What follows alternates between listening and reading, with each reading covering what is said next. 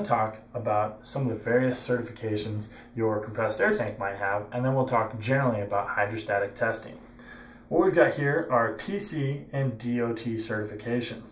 Now, DOT is required for the US. If you buy a compressed air tank in the US and it does not have a DOT stamp on it, I'll be surprised and you better take that thing back. TC is generally for Canada and some European countries. Other European countries require PI certification, PI. Now, before you travel with your tank, make sure that they're going to be able to fill up whatever tank you have, look at the certifications, do a little bit of research, and make sure you're good. Now, what we've got here as well, we've got a date, 4 of 09, this one is 7 of 09. That's the tank birthday. Now, on this particular tank, it's a 5-year hydro. That means it's got 5 years before it needs to be hydrostatically tested.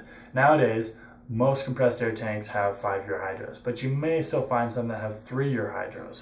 So what that means is, 5 years or 3 years from the birthday, you can't get that filled unless you get it hydrostatically tested. That is a process that some fire departments do, some fire extinguisher and fire safety stores do. Just do a Google search for someone in your area and you should be able to find out who's going to do it.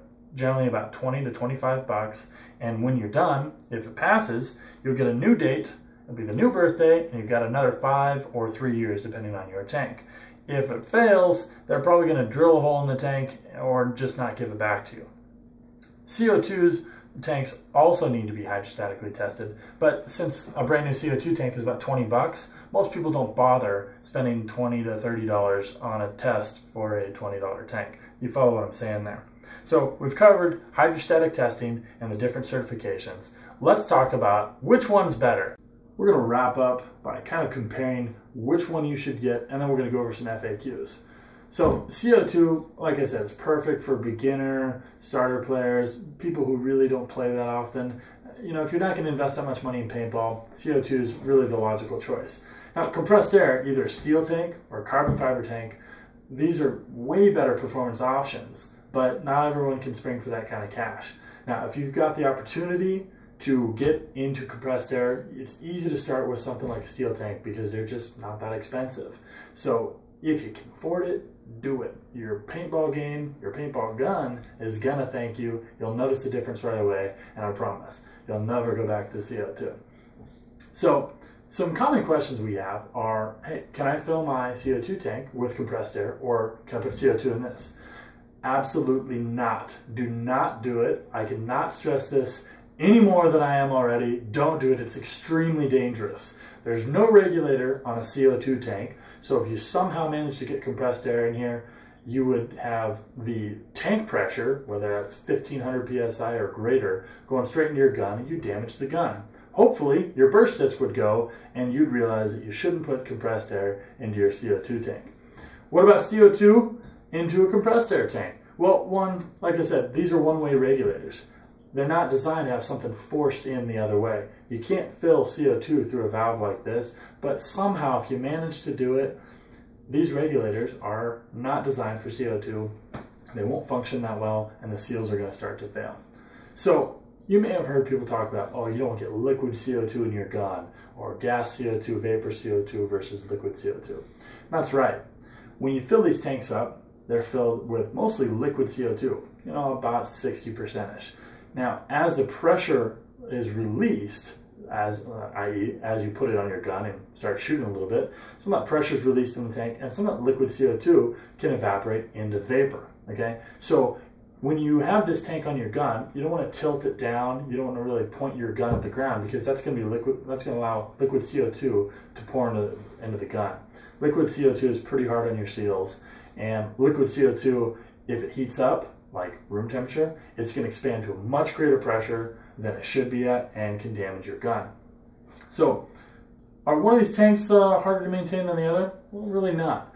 This, you need to get a nipple cover. This, you need to get a nipple cover and a tank cover. This and this and this all need thread protectors. So it's slightly more stuff you gotta buy for the compressed air tanks, but let's be honest, it's really not that much stuff. Day-to-day, game-to-game, week-to-week maintenance, really don't have to do anything. If it starts leaking, take it to a pro shop or call the manufacturer.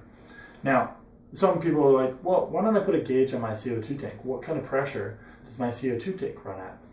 Now, the reason it doesn't help to put a gauge on your gun right after your CO2 tank's plugged in is because it's always going to read right around 800 psi from the moment it's full up until the last little bits. And that's because, again, you're going to have a lot of liquid CO2 in here, and as the pressure in here is relieved as you're shooting, well, that liquid CO2 is going to expand into vapor and boost your pressure right back up to about 800 psi. Remember, CO2 is real temperature sensitive, so it can kind of fluctuate. But generally, at a good 75 to 80 degree day, about 800 psi.